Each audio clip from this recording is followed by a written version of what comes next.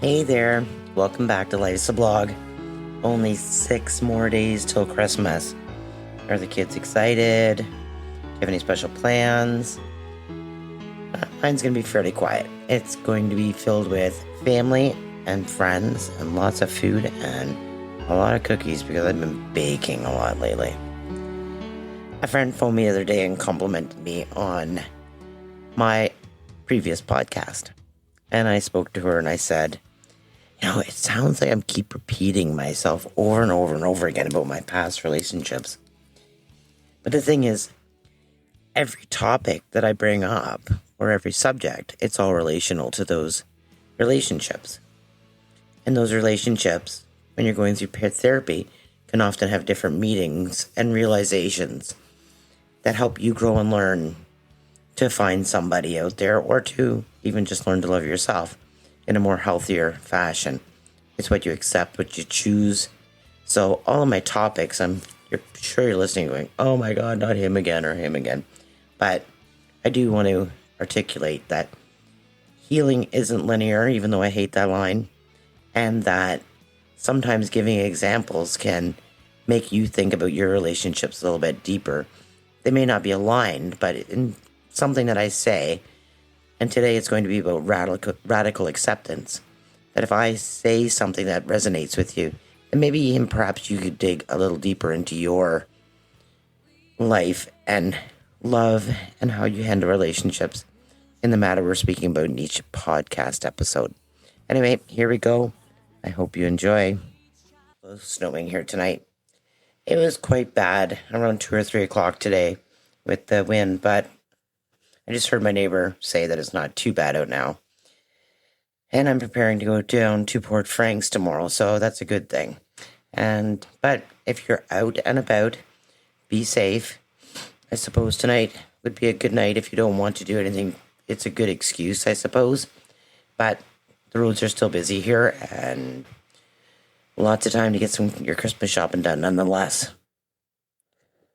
Before we begin, I want to be clear about how I'm sharing this story. What you're about to hear is not every detail, and it's not meant to be. It's the version that reflects where I am now, not everything I lived through then.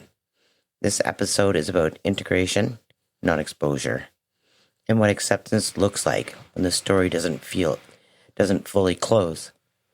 This is a space where we talk honestly about healing, grief, relationships, and the songs that help us make sense of what we've lived through.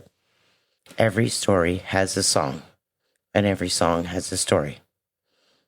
Later on, I'm going to spend some time inside a country song called Space Cowboy that captures radical acceptance in real life.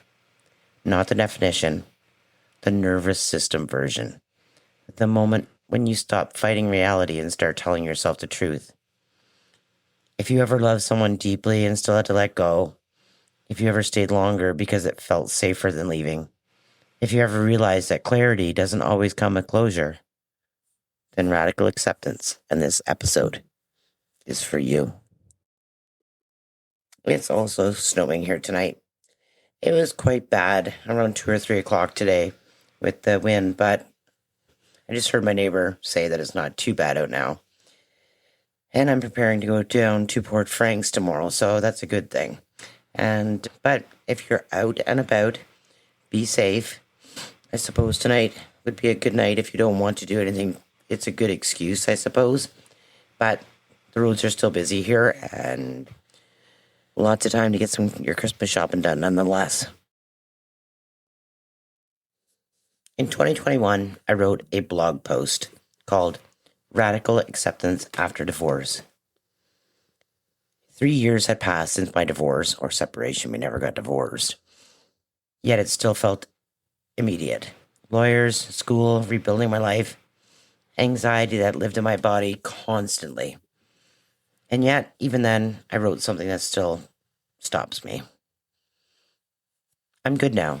I'm happier now. My smile is original most of the time. That sentence wasn't optimism, it was regulation.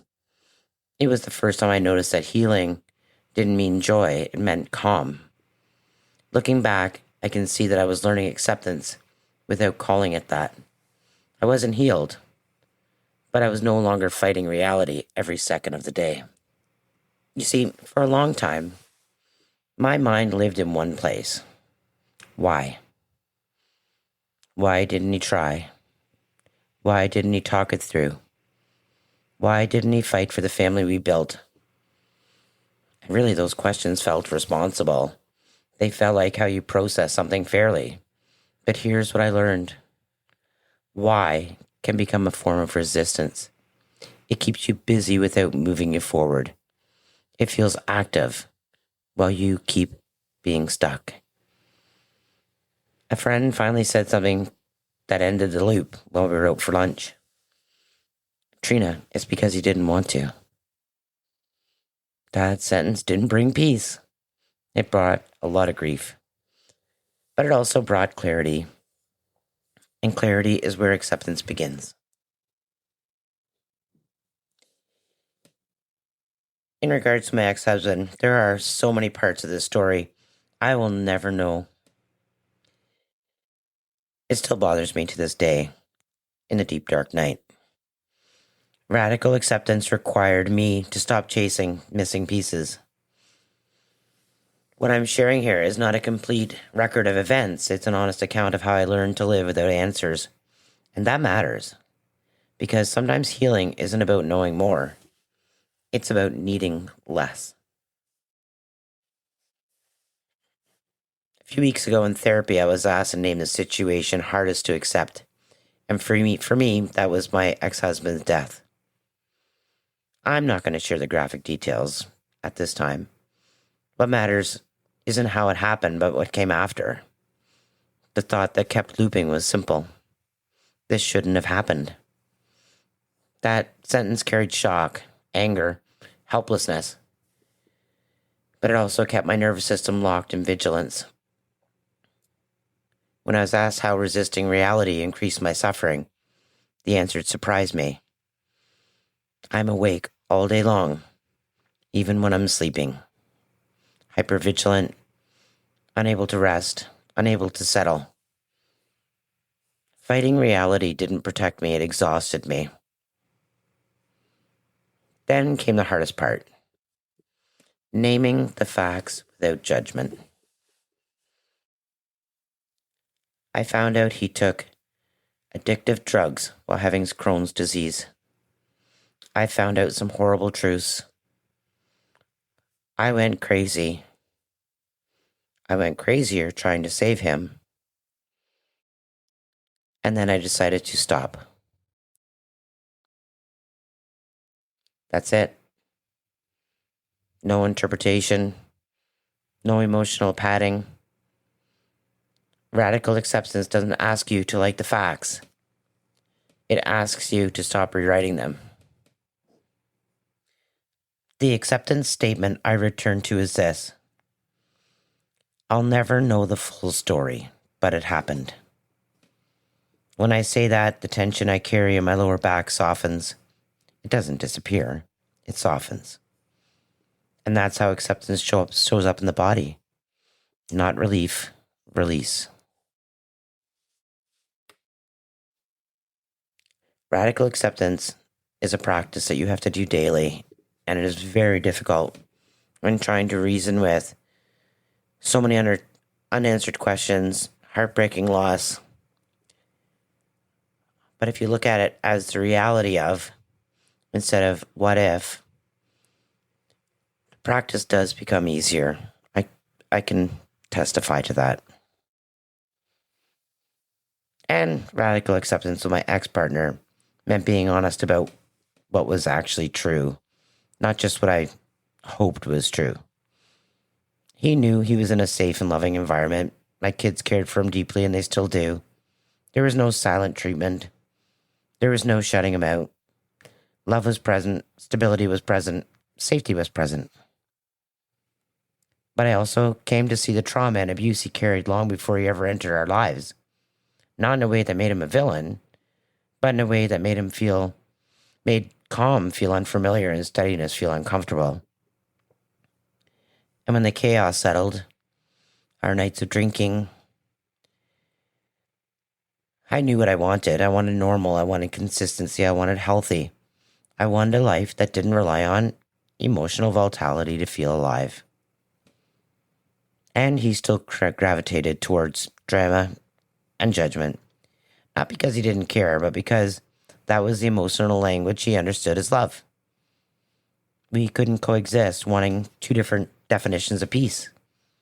No amount of safety could replace work he hadn't chosen.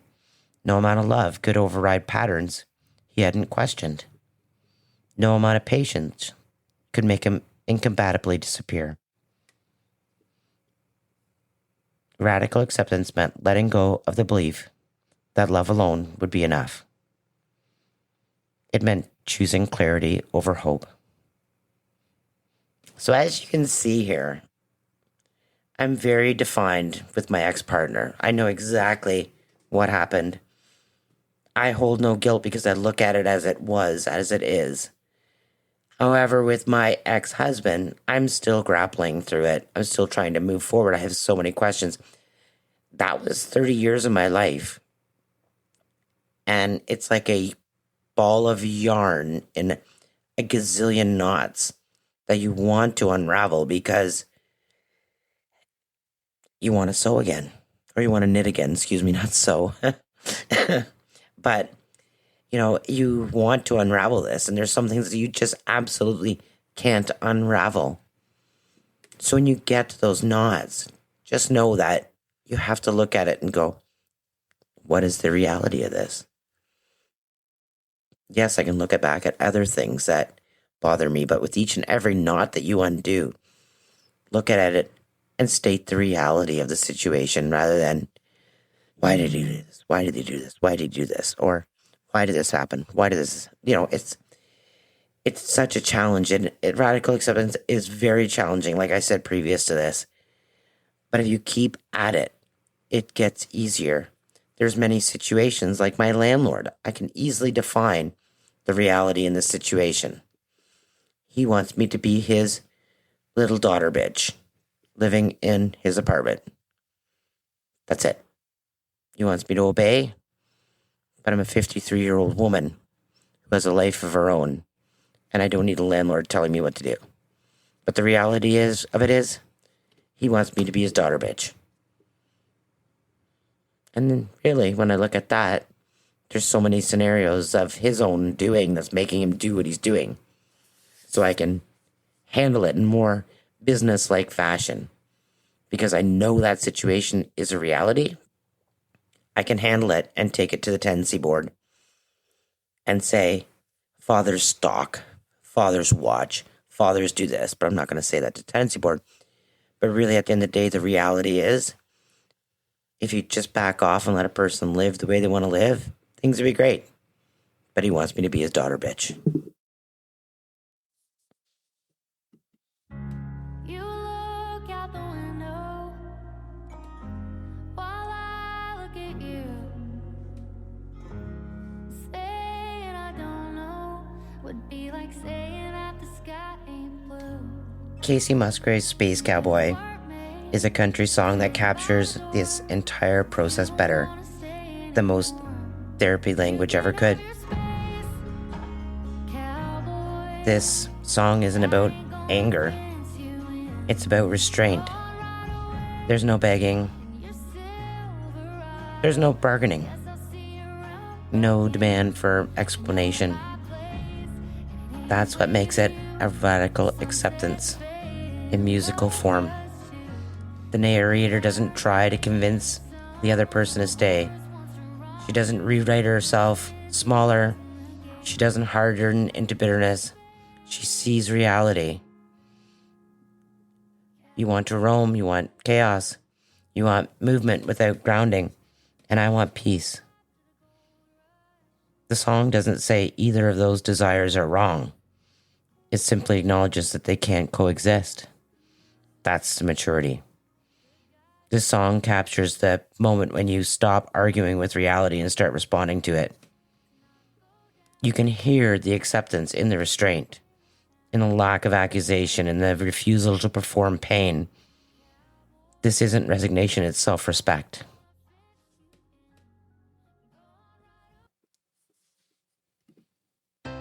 And since it's Christmas, and I saw this performance last year, there's a story by the Trans-Siberian Orchestra called A Lost Christmas Eve. And reflecting on last year and reading the story over again on their website helped me understand this pattern. It's about a man who experiences devastating loss early in life, then spends decades emotionally frozen. He lives, but he doesn't fully inhabit his life. He keeps one foot in the past and one foot in the present. That split is what keeps him stuck. Resistance doesn't just hurt, it delays living. That's the parallel, not the story, the pattern. Acceptance restores movement. And before I close, I want to offer a reflection. This isn't therapy. It's a practice that helped me stay grounded when my mind wanted to keep negotiating with the past. And believe me, it still does. As I say, it takes practice. Bring to mind one situation you're struggling to accept. Name the facts. Notice where your body tightens. Ask yourself, how am I fighting this reality? And how is that fight costing me? Then offer yourself one sentence. It can be, this is what happened. I don't have to like it to accept it. I can still move forward. That's radical acceptance.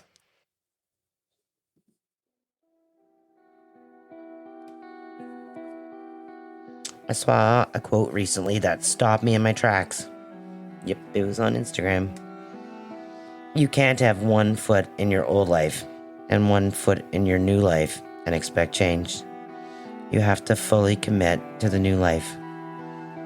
And that is radical acceptance. It doesn't erase the past. It stops living divided. Sharing selectively doesn't mean I'm withholding. It means I'm honoring where I am now. Radical acceptance isn't something you master. It's something you return to again and again. Acceptance doesn't mean indifference. It means choosing to live. And that is not weakness. That is strength. So as I close off 2025, because I really doubt I'll be doing a podcast between now and Christmas, because I plan on having a lot of gatherings starting tomorrow and ending on Boxing Day, where I'll never be alone. And I hope that you, my listeners, my 17 fans on Spotify, 18, excuse me, my friend Chana just subscribed, have an amazing Christmas. Have lots of family and friends around you. Have great tidings and much prosperity, health, and happiness in 2026. May you get everything you always wished for. May you have joy, may you have peace, may you have love. May you have that person beside you every night when you go to bed that you can say, I love you, to. Or if you don't, just make sure you get in bed yourself and tell yourself that you love yourself, because you matter the most. As always, you can give me a follow at Life's a Blog CA on Facebook, Instagram, and TikTok. I'm getting a little better with those videos, and I'm going to see how good I can do over the holidays while I get a little bit of time to reset. Anyway, take care of yourself. Happy holidays.